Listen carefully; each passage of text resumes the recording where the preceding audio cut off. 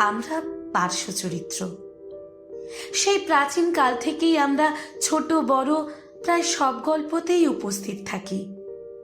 আসলে প্রধান চরিত্রদের বার্তাবাহক হিসেবে আমরা না থাকলে গল্প তো শুরুই হয় না। তাই আমরা থাকি, প্রায় প্রতিটা গল্পেই আমরা থাকি। ব্যাপারটা ঠিক তরকারিতে দেওয়া নুনের মতো, না থাকলে স্বাদ হয় না, কিন্তু খেতে সুস্বাদু হলে আমাদের কথা আর কেউ মনে রাখে না। তাই আমাদের কোনো গল্প হয় না। হয়তো আমাদের দেখে লেখকদের মনে কোনো সাহিত্য ভাবই জাগে না। তবে যাই হোক, মূল চরিত্রদের প্রেম শুরুর আগে এবং তাদের প্রয়োজনে আমাদের ভূমিকা খুবই গুরুত্বপূর্ণ। কি হলো, ঠিক মনে করতে পারছেন না তাই তো?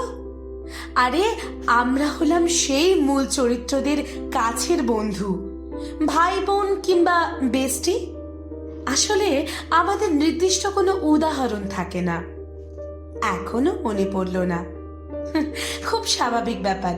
আসলে আমরা দেখতে অতি সাধারণ, গায়ের রং ওটাও বেশ চাপা, আর ফিগার এর কথা নাই বা বললাম। আমরা সাধারণত একটু ঠোঁট কাটা স্বভাবের হয়ে থাকি, কারণ ওই ন্যাকামিটা আমাদের ঠিক আসে না। আবার ওই শো-কল্ড প্রধান চরিত্রদের মতো আমাদের হৃদয়টাও ভগবান তুল্য হয় না যে আমাদের অতি বড় শত্রুকেও আমরা ক্ষমা করে দেব। আর আমাদের সব থেকে বড় দোষ হলো আমরা তাদের মতো অত গুছিয়ে গুছিয়ে বোকা বোকা কথা বলতে পারি না। হ্যাঁ, আমরাই হলাম আপনাদের গল্পের সেই ক্ষণস্থায়ী পার্শ্ব চরিত্র।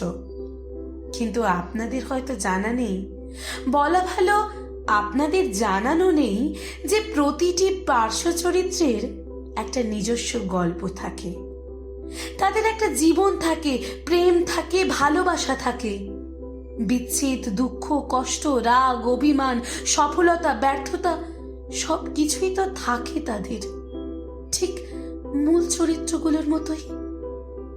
শুধু থাকে না কেবল গল্পকার, পাঠক বা দর্শক।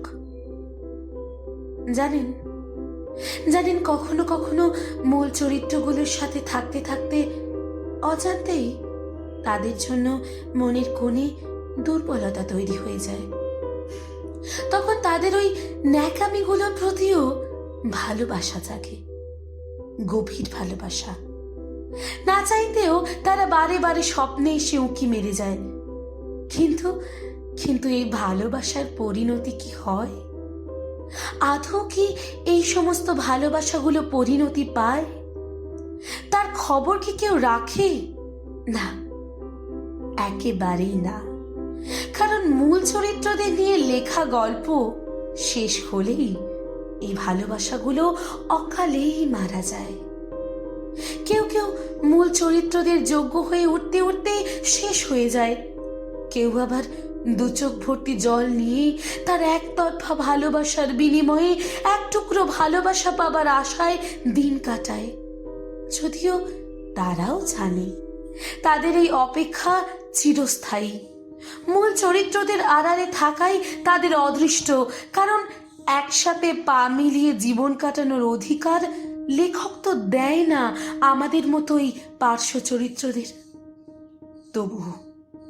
তবুও আমরা বারবার আমাদের এই ভাগ্যকে গল্পের হ্যাপি এন্ডিং মেনে নিয়ে বলবো, ভালো থেকো, ভালো থেকো প্রধান চরিত্র, ভালো থেকো ভালোবাসা, ভালো থেকো তুমি, ভালো থাকুক প্রধান চরিত্ররা, ভালো থাকুক ভালোবাসা।